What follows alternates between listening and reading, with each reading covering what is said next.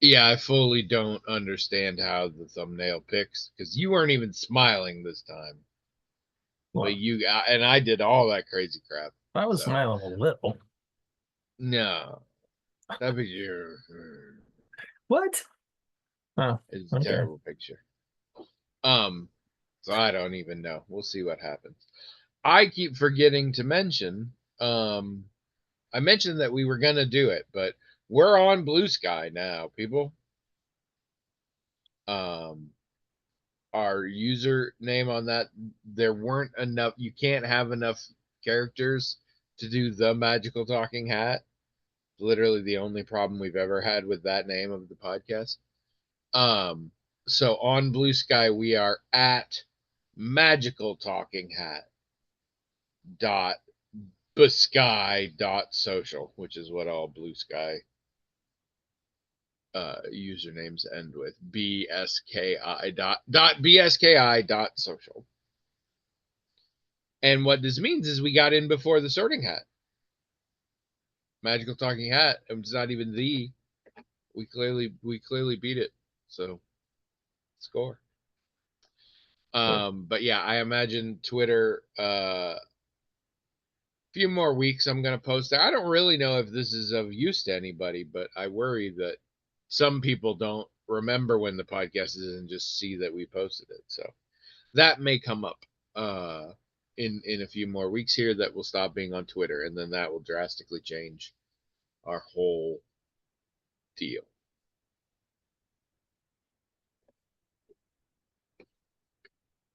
As you can tell, William's very concerned. Yeah, it keeps me up at night for sure. He looks very worried. Hello, everyone. Welcome, Magical Talking Hat podcast, the only podcast in the world. I probably should have come up with a bit here. I'm Tony. And I'm William, and this is episode 737. I think I thought I had a bit, but I don't know. People don't understand it. Come up with 737 bits and then see how you do. Not you. I'm not talking to William. I'm talking to the listener. I'm challenging you. Although you also haven't done it. So I'm just Well, saying, walk a mile in my podcast before you judge me. okay. I mean, I'm not judging you.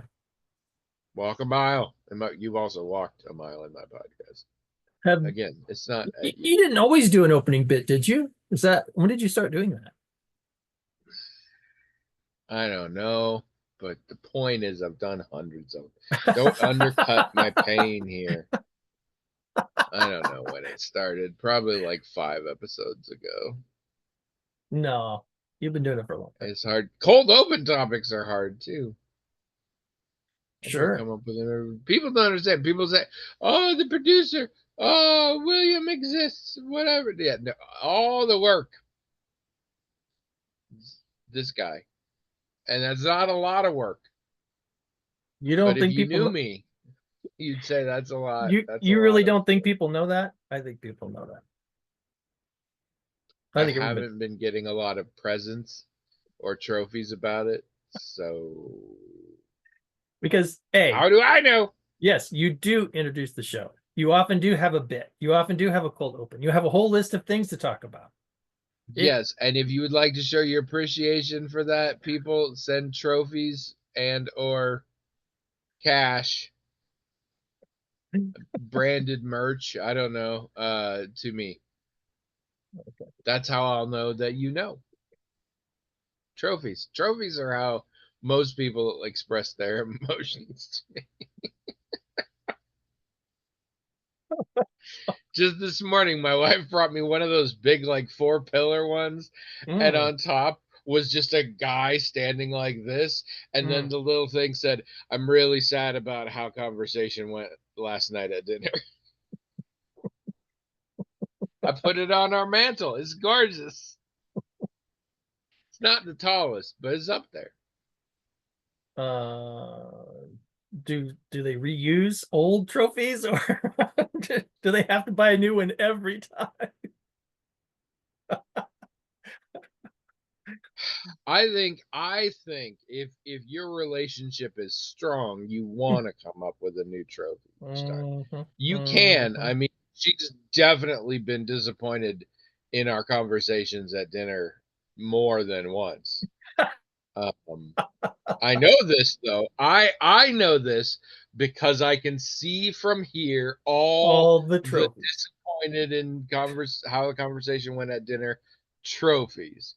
And they vary. Some of them are the little tiny heartfelt ones, some of them are the big one. Uh a couple are plaques. Um that was a phase of our marriage. We were, sort of trying new forms of communication. Didn't really work, but I saved them. They're Mhm. nice. But yeah, I mean, eh, you can just be like, hey, this trophy, this is how I feel again. It works. I'm sure some marriages do that, but not mine.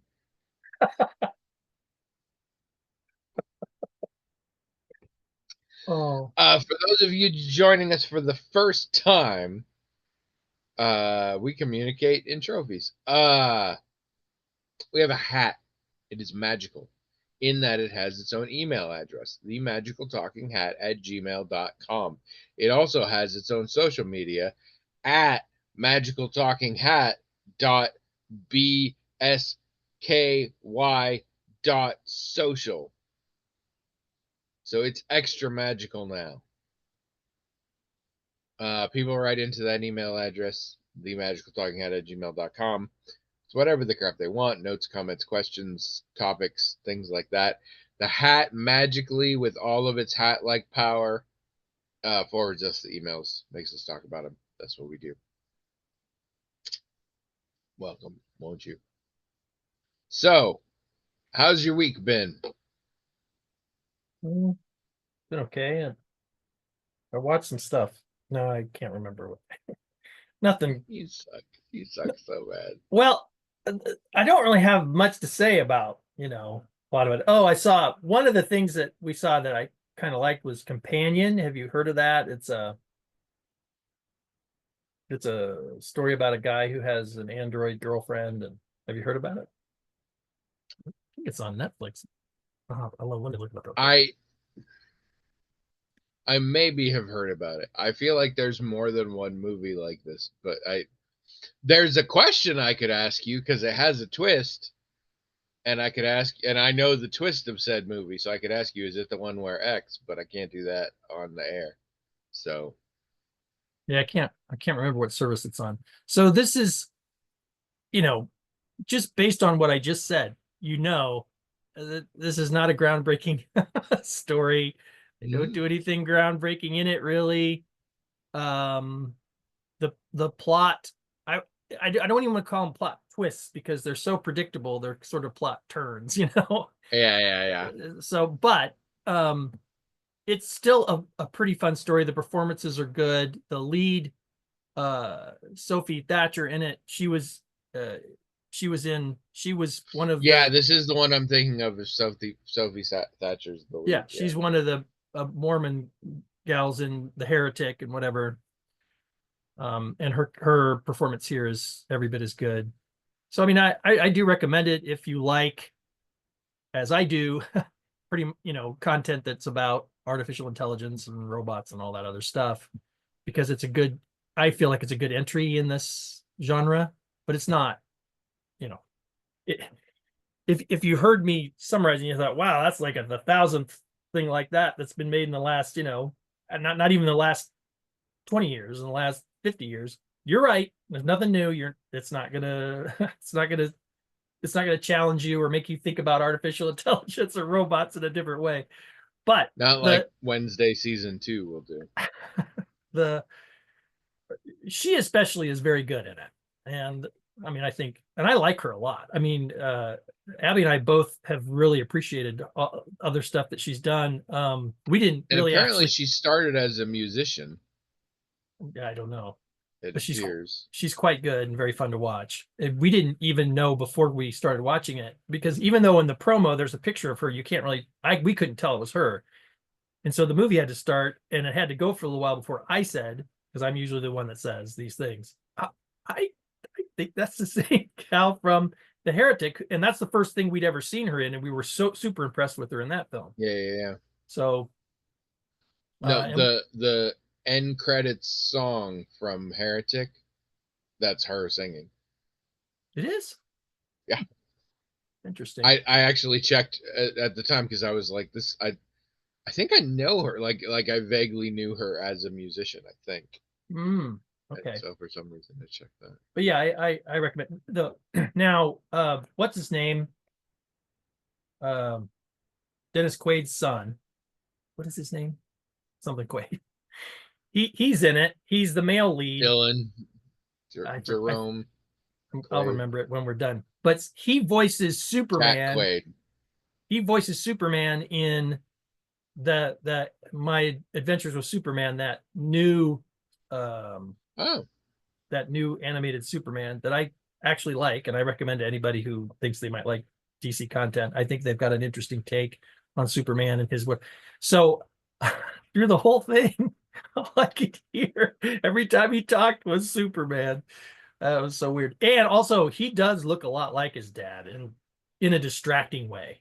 Like, mm. especially when he smiles, his dad's got that goofy smile. Dennis Quaid has a very distinctive smile. Yeah, well, he looks just like him, and that was a little distracting, but not nearly as distracting as every time he opened his mouth. I thought of Superman? Superman from this new Why are you Superman cartoon. sex robot, Superman? What are you doing? That don't seem right. Yeah, it was weird, but I do recommend it. I thought it was quite good. Other than that, I can't think of any major thing we watched that I, was really impressed by. So, but yeah, I mean, it's been a pretty good week. Otherwise, how about you? How was your week? Pretty good. Still playing Avowed. I think it may be less far from I think it may be further from the ending than I thought. I'm starting to get Oh, some signs that it may be one of those then you backtrack through the places you've been and see how right. things have changed. So it might be a little longer, but I'm still playing that and enjoying it. A lot of games right now coming through Game Pass I'm excited about. There's a brand new one that I installed called South of Midnight. And it is another one of these that is trying to do sort of a stop motion living painting sort of animation style. Hmm. That's very cool. And it's all about uh it's a bunch of southern folklore, and it's this young woman whose her house gets washed away during a flood, and so she's trying to find her mother, but magical things get involved. And I was really anticipating it. It looks cool. I think it's going to be one like Harold Halibut that Trish will. I'll play it while she's watching because I think it's that kind of game. So yeah, there's a lot of good stuff coming once I finish Avowed, but I'm still having fun with Avowed. We finished The Residents. Oh, okay. It's a good show. It's just a lot of good actors. It's the older I get, the more amused I am with the world's greatest detective conceit. Like from Jump, from Shakespeare, I mean, not from Shakespeare, from Sherlock Holmes, like it's always been dumb, but like it's always clustered a bunch of other dumb things with it. When you have the world's greatest detective, you also have a slew of red herrings, which means anytime there's a murder, coincidentally there's like 8 people also doing other hinky unrelated shit that happen to be at the same gathering or whatever. It's none of it really holds together. Like you don't I understand people do this with Agatha Christie's, and you technically can, but to me, with this kind of thing, it's like, do not even try to solve the mystery. That is not why you're here. Stop it. It's not a real mystery. It's a series of witty barbs and twists, and then they'll tell you who killed them. Sometimes, It, sometimes they don't even do that. If I'm right, honest, and it but gets harder to maintain the this is conceit. not one of those times. By the way, if you haven't seen The Residents, you will find out who the murderer is. It gets harder to maintain the conceit in this situation too. It's like, oh, this is the greatest detective of all time, but they're thrown What off about like that? 6 times during the whole thing, sometimes in ways where you're like, Well, I don't think even I would have been thrown off by that. And not You're the greatest there's detective of all time. yeah, there's a lot. They always are very deliberately obtuse. It's Yeah, weird, but here's the thing about the Residents. The Residents is exactly as ridiculous as that concept, sure. because the show itself is ridiculous in a lot of ways, and so it really feels right to me. Like the ridiculousness of the premise is matched by the ridiculousness of the dialogue and the plot points. So like I'm just having fun. Like Yeah, it doesn't take itself seriously. I don't take it seriously. right. We're just having fun. And I want more of that. The ones that are like, oh no, this is a serious mystery. I'm like, it is not. Stop it. Agatha Christie has poisoned all of our minds. Agatha Christie was amazing, but it was a very specific type of highly unlikely murder. Um, but anyway, I got off the track. It is very good. I recommend it. Yes, but I It's a do good too. show. It was fun. It's a It good was fun. show. I hope they do another season. I will watch another season. It's fun. Um, did I talk about Moonstruck? I No, I don't think so. I don't have any movies because I think we covered so many of them last time because they've been building up and we haven't watched a lot. So we like date night, we often watch one. Instead, we just finished The Residents. Um, I found out Trish hadn't seen Moonstruck. And I Oh, was like, shit, you got to see Moonstruck. Did the 80s just know how to do rom coms? what do Because you I mean? hate rom coms. Hmm. And now, when Harry Met Sally and Moonstruck, which I had seen Moonstruck and I remembered I like, I just sort of had forgotten, oh, it's a rom com and I like it.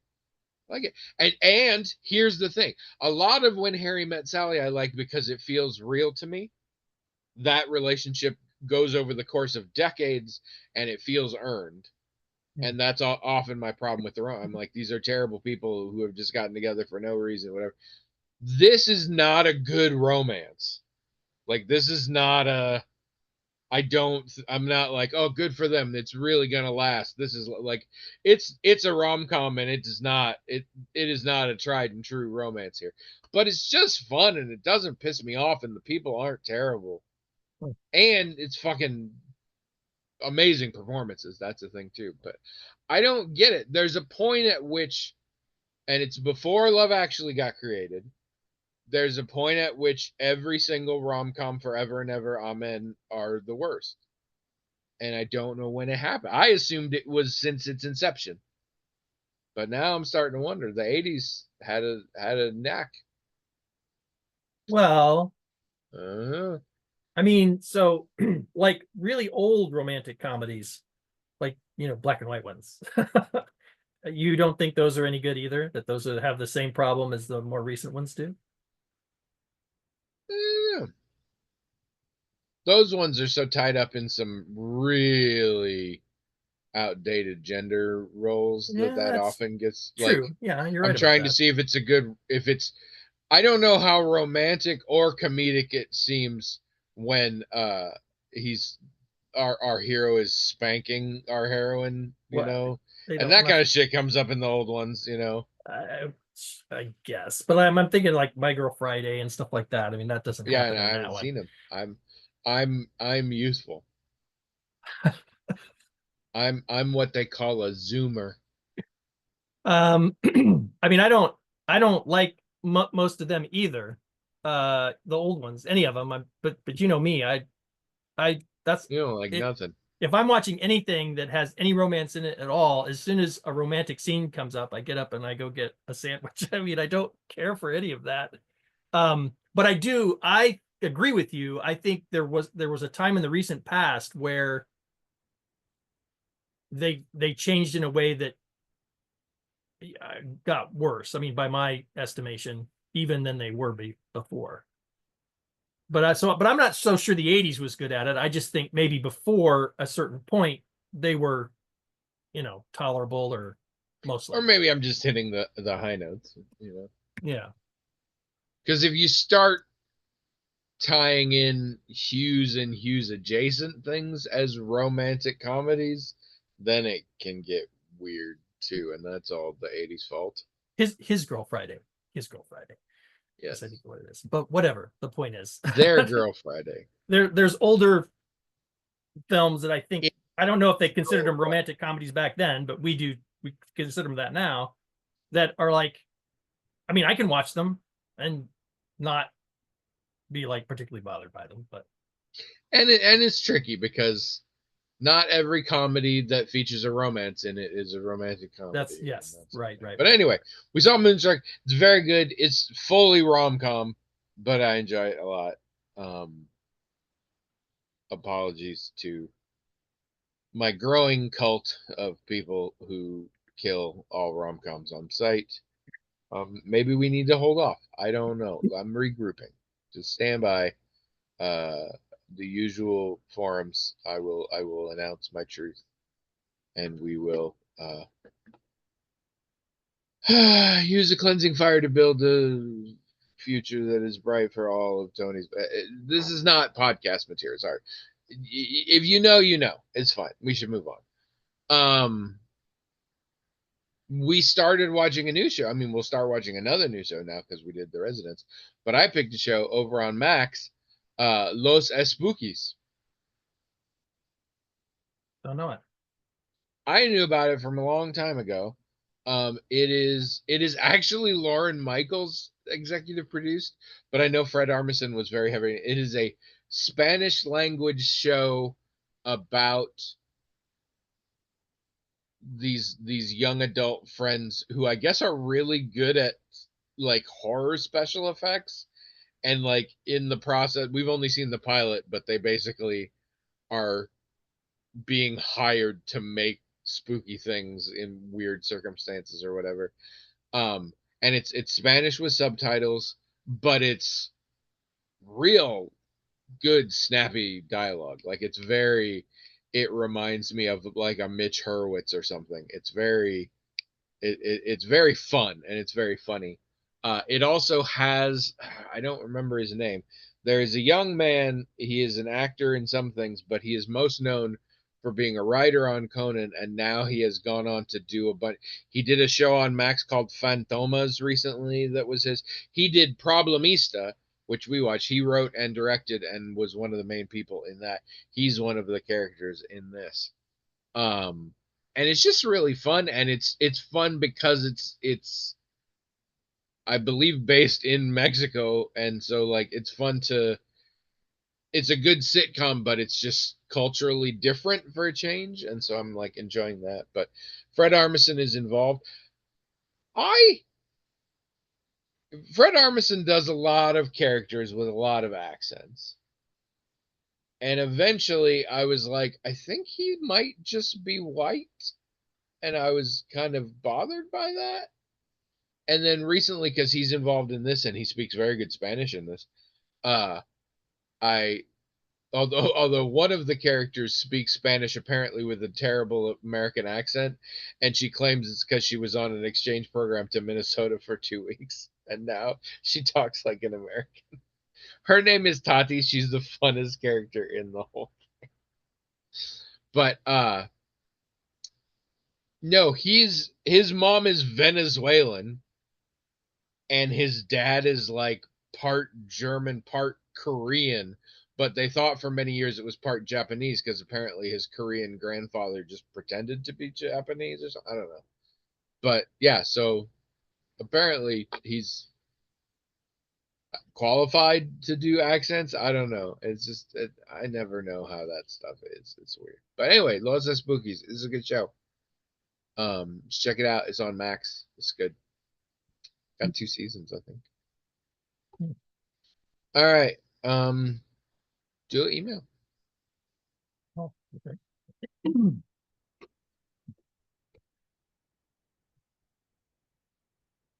Stu says, when is the next milestone episode when we get the whole band together again?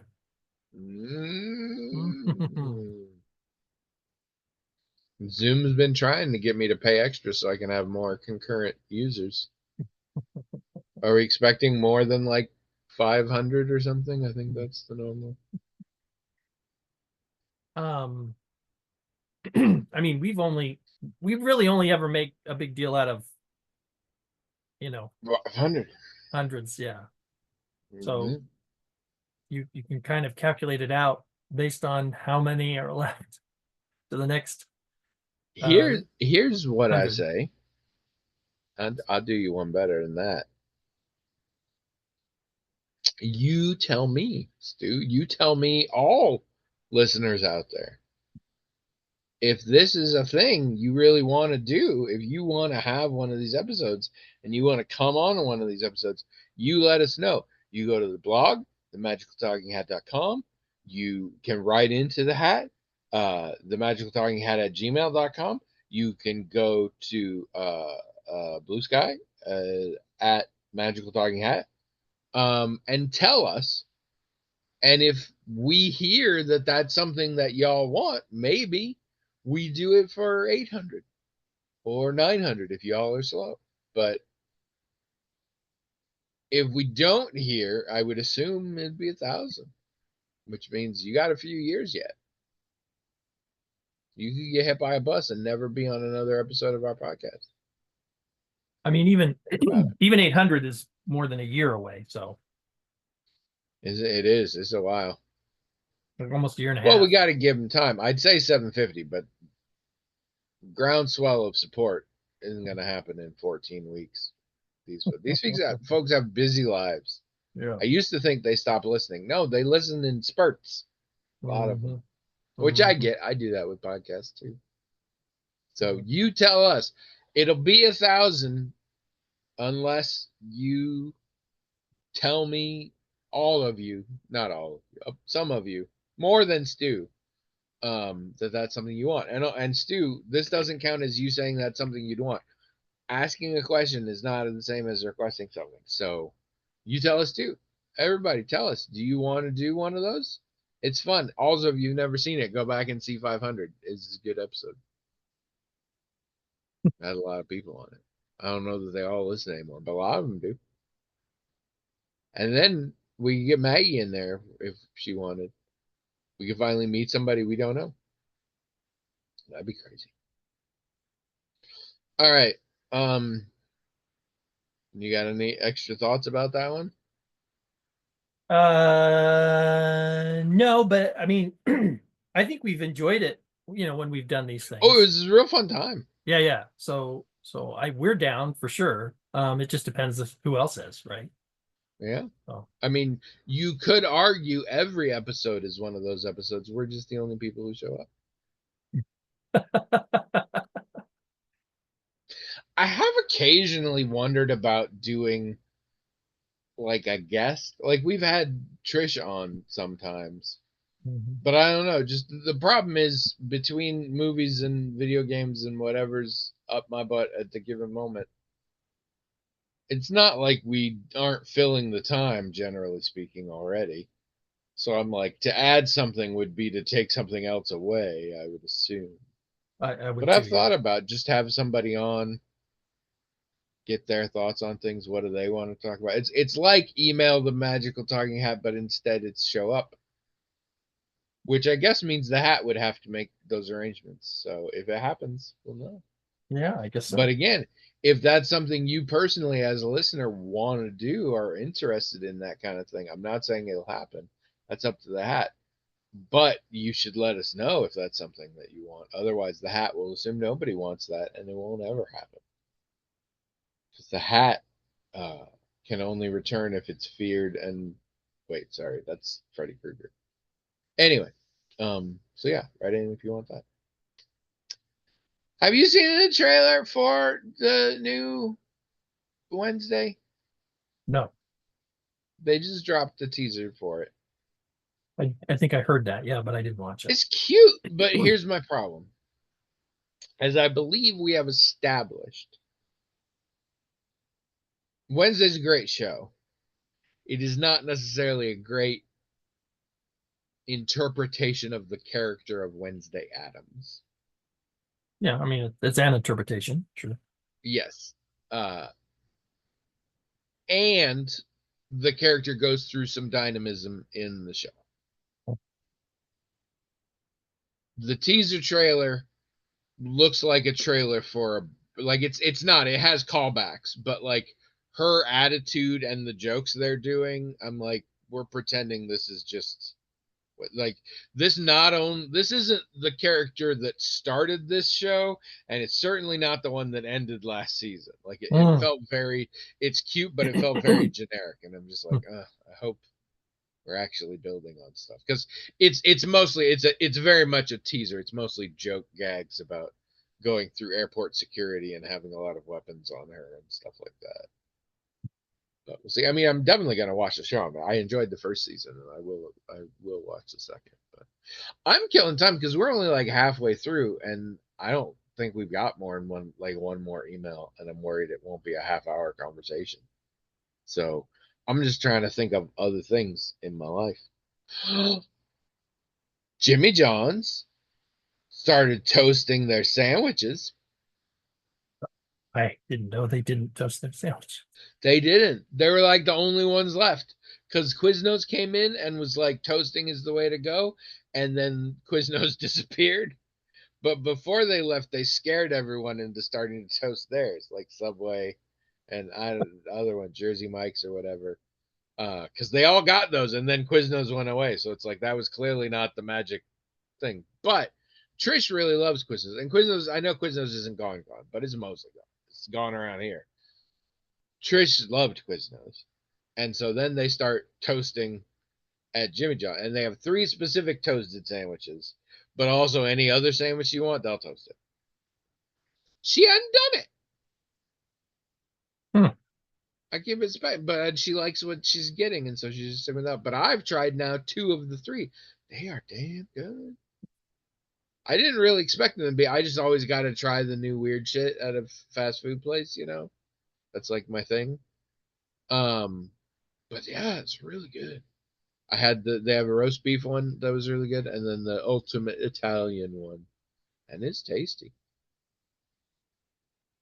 I don't remember what the third one is, but you can toast anything. We're kind of becoming Jimmy John's people. They're tasty. You no, well, you specifically. What do you probably don't do a lot of fast food or anything like that Not because really. you are No. both vegetarian and poor. Yeah, no, not Uh, really. Not really. I think the last time I had anything from Jimmy John's was like when we worked together, because I think they were kind of a new big deal around that time in this area. Jimmy John's that was. would make sense. I don't really know their history, but I didn't really know them until I moved here, so that Yeah, probably said something. they were, I think the first place they had in the area was downtown, took over. I forget Yeah, what was near there the before. corner there's that one right there. I forget what was were there right before that. I want to say there was like a comic shop there or something, but anyway, they redid the whole whatever was there before. They redid the whole thing for to have a Jimmy John's there, which was pretty popular right away in a college town right downtown. And I think shortly after it opened, we went down there, and I think it was while we were working at Applied that happened. And it made such a splash that a lot of businesses were like, where should we order from? Oh, let's order from Jimmy John, to if managers were having a meeting or if they were going to buy Yeah, yeah, yeah. sandwiches for the whole whatever. Because I think you ACT gets that too because there's one pretty close to ACT, yes, which is right, where right, I right. drive. We are technically not in the delivery range of any of them, so if I want them, I gotta go get them. Oh, really? But Because that Jimmy John's is sandwiches, pretty close to you, I thought, the one yeah, we're out just. there. I bet on the Venn diagram we're just Just outside. outside. Yeah. I'm Hmm. guessing. But every time I try, they're like, "You're out of our range." They must have a Um, limited range, man. Sandwiches are just a good thing, and they don't come up a lot anymore. And sandwiches in general are less heavy and greasy and fatty than most fast food options. So Hmm. just the idea of like, how about just a place with some sandwiches is always going to be good, and then you just have different versions of it, which is why there's so many Firehouse subs and Jersey Mikes and Marco's Grilled Cheese, which is a regional one, but it's going or local one, but it's going big now. And Jimmy John's and Subway, of course, and all these like it's just sandwiches, and sandwiches are good. It's just sandwiches, people. Yeah. Well, I If you mean, take anything away from this, oh, let's talk about that for a second. I I started a new tabletop role playing game online with some friends I went to college with. you did. Yeah, What is just it? this Saturday, like the day after we last recorded. Oh, well, tell me about it. Brand new. It's weird because I ain't seen these people in 25 years. Um, almost all of them are people, all but one are people I went to college with. Although as soon as I started, I was like, "Hi, I don't think we went to school together," and he's like, "Actually, we did." And so then I had to backpedal real fast because I actually knew this guy, but he looks very different. Um, it's fun. It's the system we are playing. It's a Powered by the Apocalypse one. It's also a carved in Brindlewood one, which matters. It's I don't know. called the Between. Carved in Brindlewood is a new thing. It's a set of mystery solving mechanics, and so different games and different systems have started incorporating it. So it's not a specific game system. It's a subsystem essentially that different things are. And it's to have a new way for solving mysteries because that's always been a complication in tabletop role playing games is how do you solve a mystery? What if they miss clues? What if they misinterpret clues? That kind of thing. Oh, sure. Um, and so this has always been a different. Occasionally, somebody tries to come up with a system, and this is a new one. And this group really likes this system, and it appears to be all about you get a bunch of clues, and then you have to come up with a theory that successfully incorporates X number of clues, depending on what the mystery is, and then you roll the dice, and it sees how well you did to coming up with the real answer, and then you go from there. Oh. So the mystery doesn't have a real answer to start with Mm. based on the clues. There's a lot of I was sort of just along for the ride, but there is a lot of the player creating a scene and then playing all the parts to like fill in things. So there's a lot more sort of improv work and that kind of thing. It was fun. The premise is it's Victorian London, and you're a bunch of monster hunters, all of whom, in one way or another, are monstrous or supernatural yourself. And I am playing a ghost,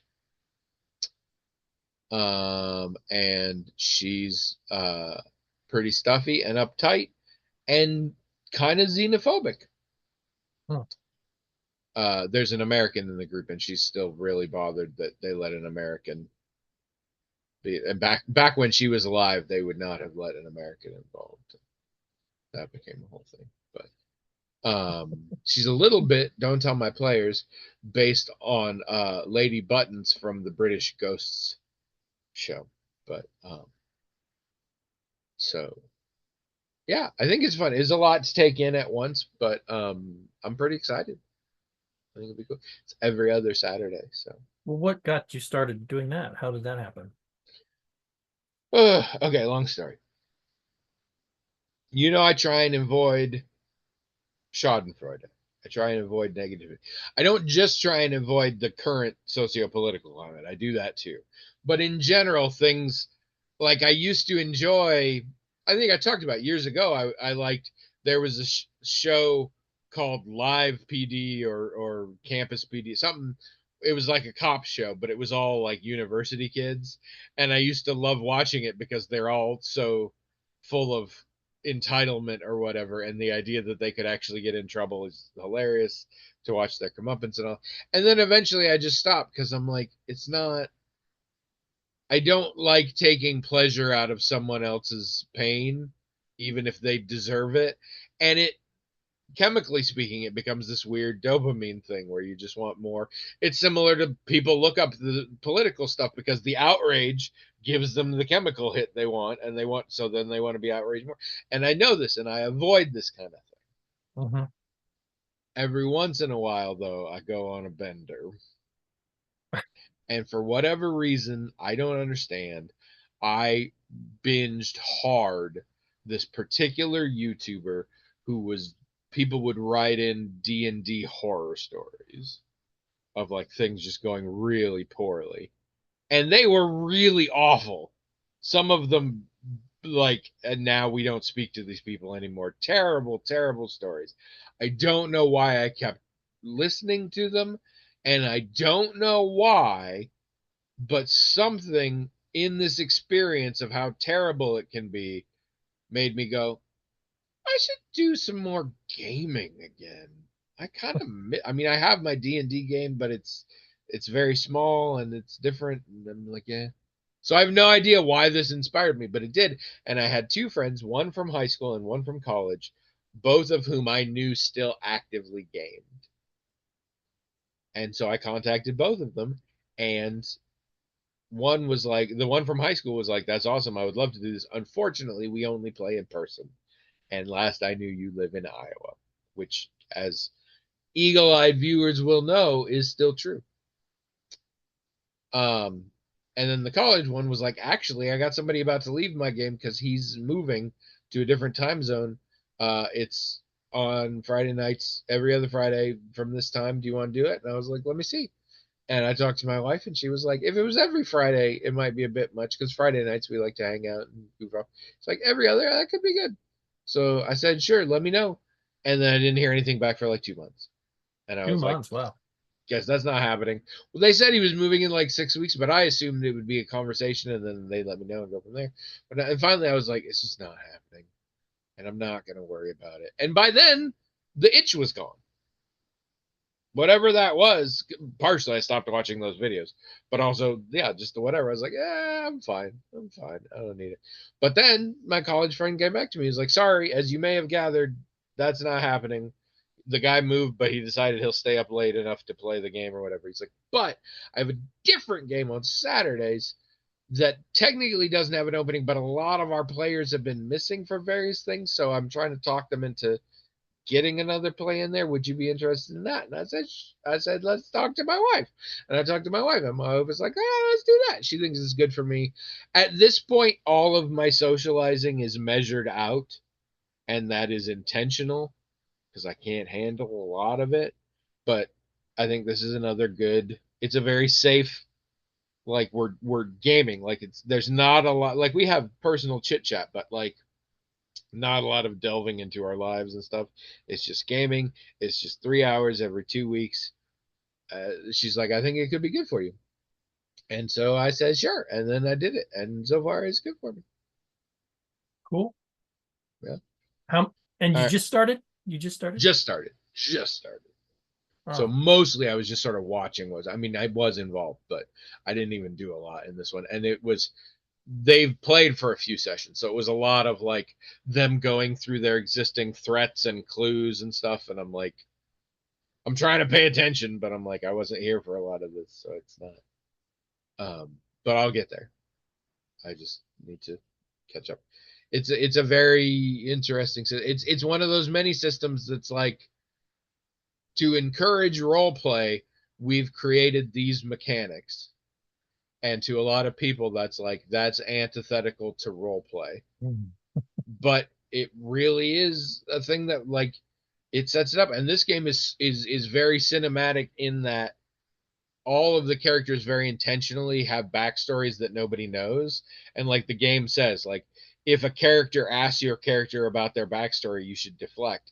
And if a player asks you about your character's backstory, you should point out we're not supposed to tell each other about backstories. So like it's a secret kind of thing. But there are certain mechanics built in place that require you to narrate out scenes of your past at certain points within the game that you create. And it's not like the character is telling the other characters. We're all watching it like as an audience. So the characters don't have any new information, but we now have this sort of flavor of a flashback to there, and that's how we as the audience essentially learn about the characters and all that. So hmm. um So It's a neat coming, idea. We'll see. I'm a very big fan of the Powered by the Apocalypse system in general. But I also have learned it can be used for good or for evil. well, isn't that true for So, anyone, any system? no, some systems can only be used for evil. All right, so you're starting this, and play has already started. People have already stepped. How narratively I was your think they've character? had about 3 sessions so far. How narratively was your character introduced? Like what? They obviously Well, weren't present. I picked a playbook. We had a couple of options. I didn't have many options because all the other players had picked them already. Oh, But there were a couple of options, and one was the ghost, and I picked the ghost for a few reasons. One, the nature of it is you just spontaneously came awake in the house that is sort of the base of operation. So I was like, this I always love when I'm starting a game, especially a game that other people have already been playing. I love coming in with a character who doesn't really know what's going on because I don't really know what's going on. And right. so it makes it much easier to role play. And so I have just slowly started putting together, but she's basically somebody who used to work in the house decades ago. And then she just spontaneously showed up one day. She has a painting and it started talking Oh, at them. hmm. And that's about all they know at this point. Oh, okay. Because remember, our backstories are hidden. But um, yeah, it's got very basic mechanics in terms of phases of the day and the things you do, and all of that is extremely mechanical. The threats and all that, and so that then gives you scenes that you can just do whatever the crap you want. So it's like we have to tick off these boxes and then we role play. Mhm. It's a newer style that I'm getting.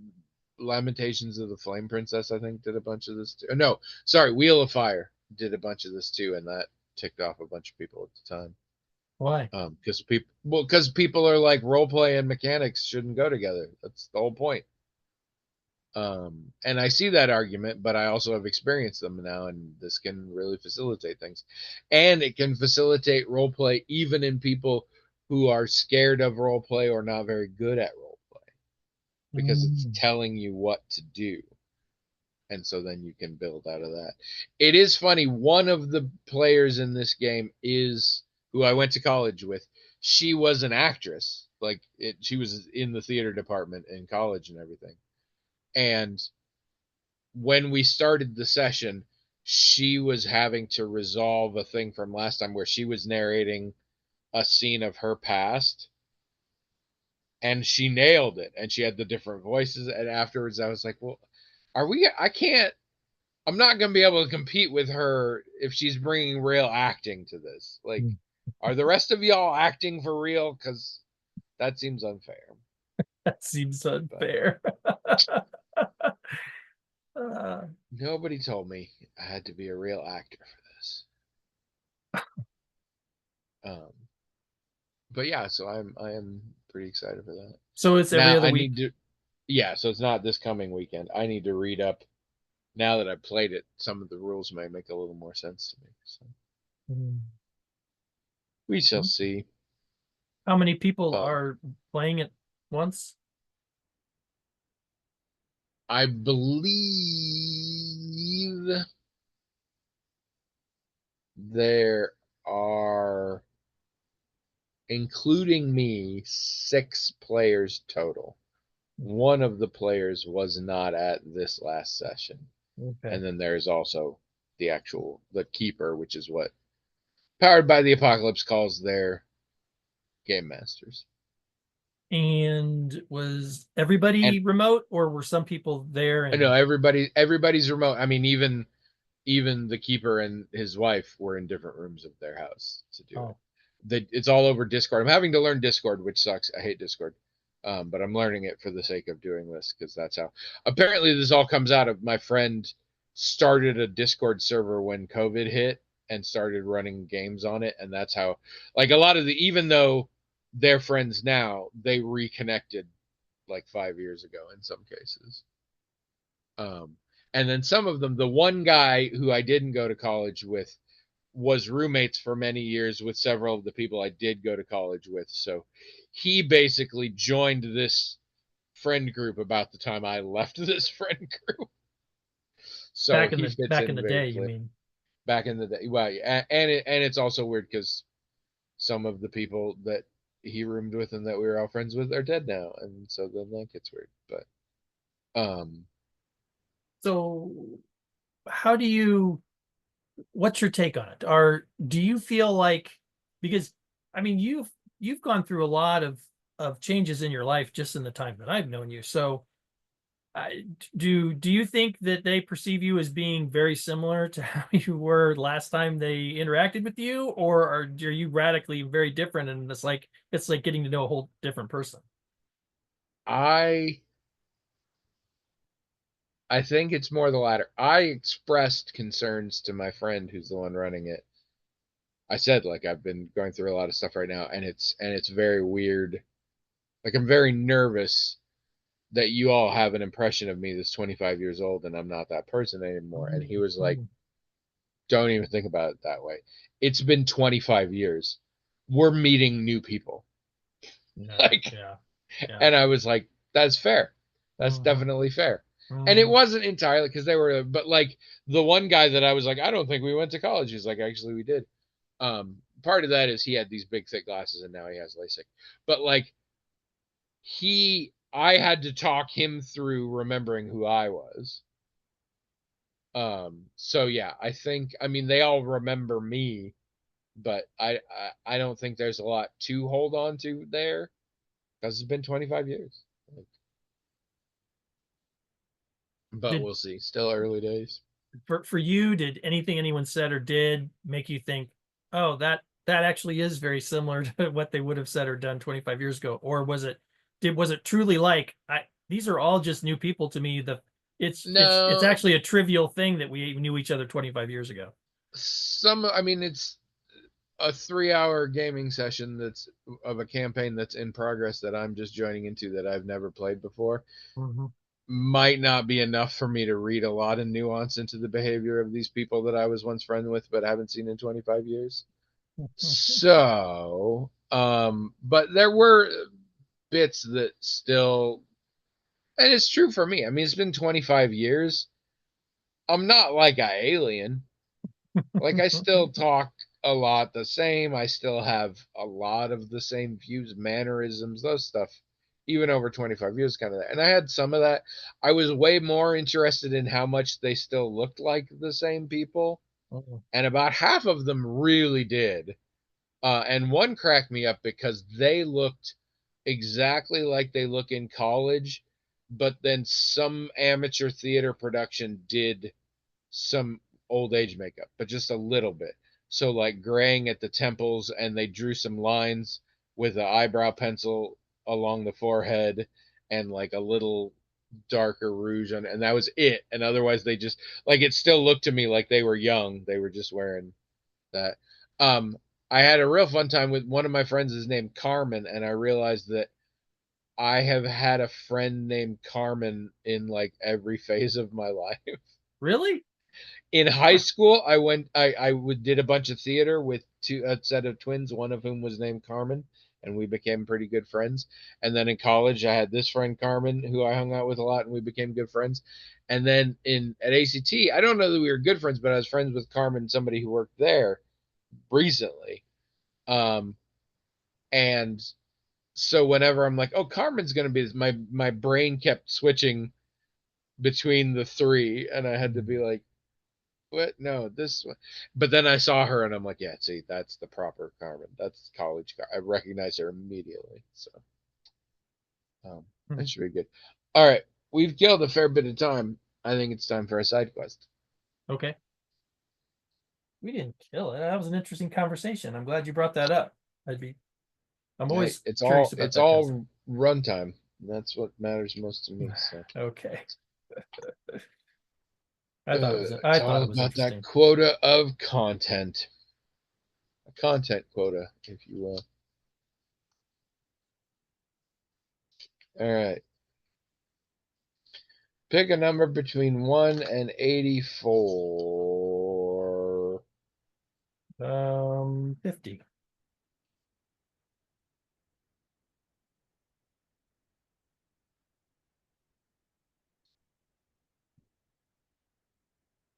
See? Rocket ship. Yep. All right. This is a Guardians of the Galaxy reference. Awesome Mix Volume 1. Put together a new playlist to boost your mood. You strike me as somebody who doesn't do playlists. I mean, I'm not even sure what doing playlists means. You mean like You on put YouTube or together something? a list of tracks for you to listen to On a device frequently in a or something. specific, yeah, in a specific circumstance or to elicit a specific type of mood. Oh The no. most common ones are, here's a list of tracks I have put together that I listen to when I work out. I mean, that kind of thing has been common since we were kids and mixtapes, right? Oh, here's a Yeah, mixtape. mixtape and mixed CDs, and now it's just playlists because it's playlists. But yeah, Yeah, I mean, I've known of these things and playlists. Like I wasn't sure if you just meant like a iPod playlist or just in general playlist, whatever it's on, a whatever device it's on or whatever platform it's on, doesn't matter, right? No, I don't really do sure. that. I don't really do that. Well, I'm glad we specified what platforms it was on.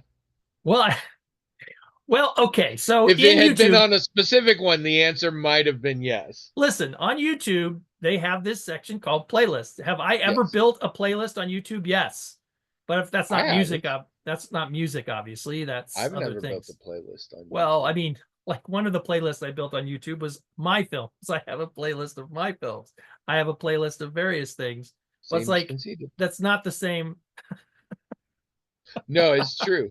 It's not the same as That's a music playlist, but it is called a no playlist. awesome mix one where it said yeah. Then that is definitely sorry. This is a Oh musical God. playlist.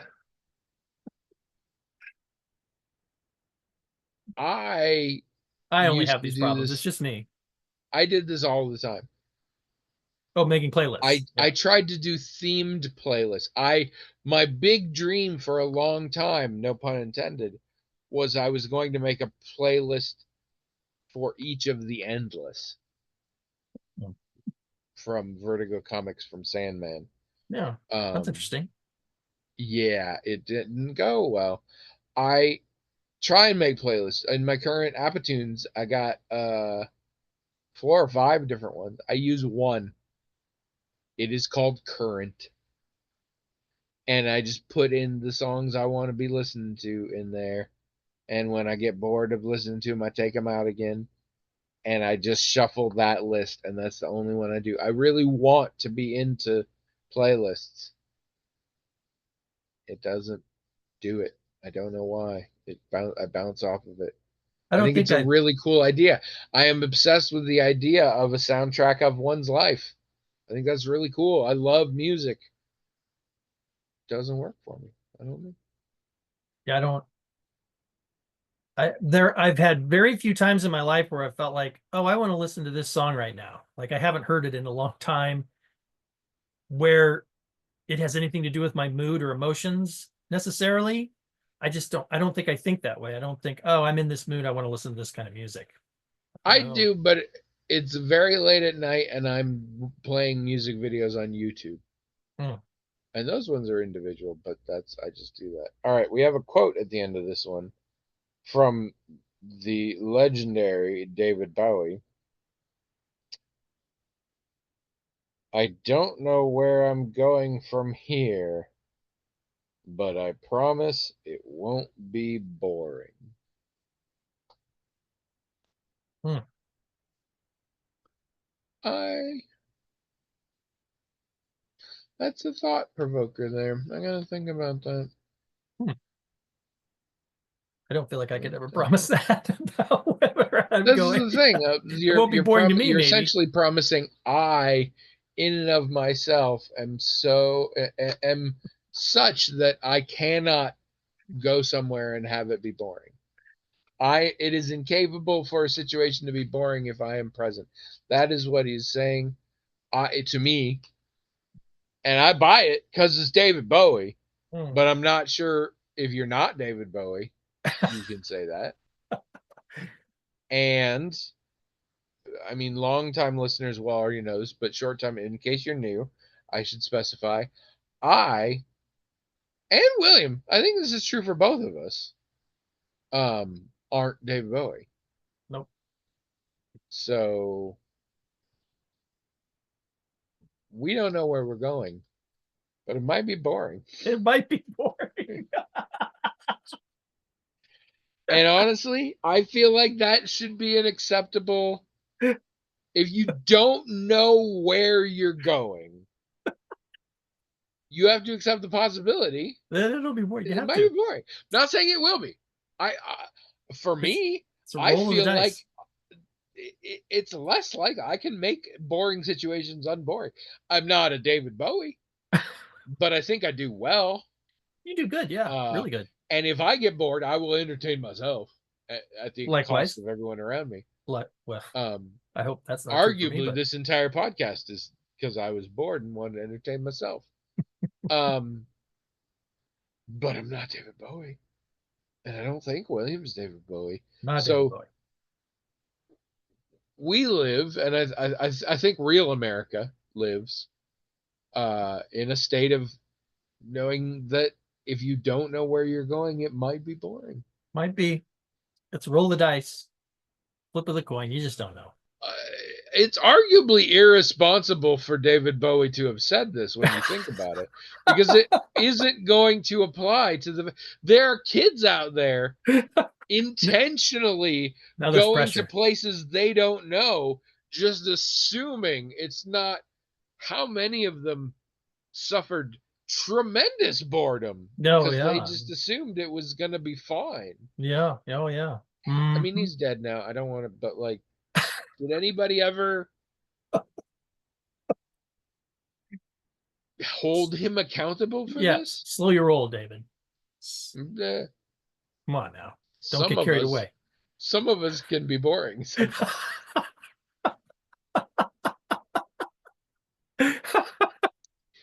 You and Tilda Swinton go do your thing, but the rest of us, sometimes we're going to be bored. Yeah, stop putting pressure also, on us. You're David Bowie. You didn't have to say it. We already knew that. If you go up to somebody on the street and say, you ever think David Bowie got bored? Like, no, he's David Bowie. It doesn't get boring. Right. I wouldn't be bored of being David Bowie, regardless of where I was going. So it didn't need to be said. Probably messed up. So in conclusion, David Bowie, history's greatest monster. And that's the end of our show. Maybe forever. I don't know. That's a pretty hard call. David Bowie's got some fans out there. Come and get us. They call themselves the Bowie Knives. Not super original. Oh no. Although he is named after the Bowie knife. He's named after it. I thought the Bowie knife. His name is Dave. No. But no, the Bowie knife is named after somebody Bowie. There's a famous guy whose last name was Bowie. Yes. Yes, but David was some other last name. Monkey. What's the monkey? I don't know. Dave. That one of the monkeys is named David something. Dave. No. Anyway, David Bowie's last name, same last name. It's something very boring, like Long or something. I can't remember. Oh, so Bowie's not his real last name. I didn't even know that. No, that's his name. His real name is David. And in fact, he put out one album as a folk artist under his Jones. It's David Jones. That's what it is. That's why his son is Duncan Jones. Because his actual name is David Jones, and Davy Jones is one of the monkeys. That's right. Yeah. And so no, he's David Bowie, named after the Bowie knife, because it sounded cool. In like America, which is why it's weird, because everybody in the UK calls him David Bowie, but it's named after a Bowie knife, which is pronounced Bowie. Although I do know people with that last name in this country who pronounce their last name Bowie, so who knows? Anyway, David Bowie made us all bored. That's the takeaway here. Go out, make your own music so that you won't be bored. You can be David Bowie in our heart. Uh, Carry a little bit of David Bowie with us every day. Please email us, themagicaltalkinghat@gmail.com. Please go in the comments of the YouTubes or go to themagicaltalkinghat.com and tell us your things and tell us if you want to do an episode where we're all here hanging out talking about how amazing we are, or if you want to go somewhere and be bored.